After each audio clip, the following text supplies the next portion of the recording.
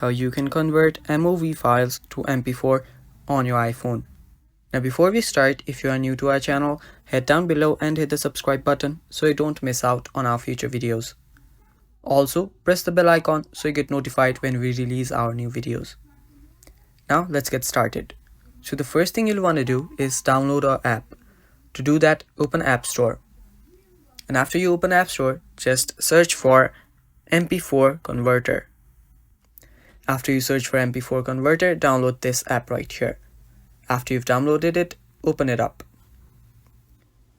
Now, after you've opened this app, just select a video. You can select a video by tapping on select video. Now, after you've tapped on select videos, just select a video. And here you can see you'll need to start converting, and here you have to toggle this button on to save it to your gallery. Now tap on start converting, and while it converts, it will directly get saved to your photos.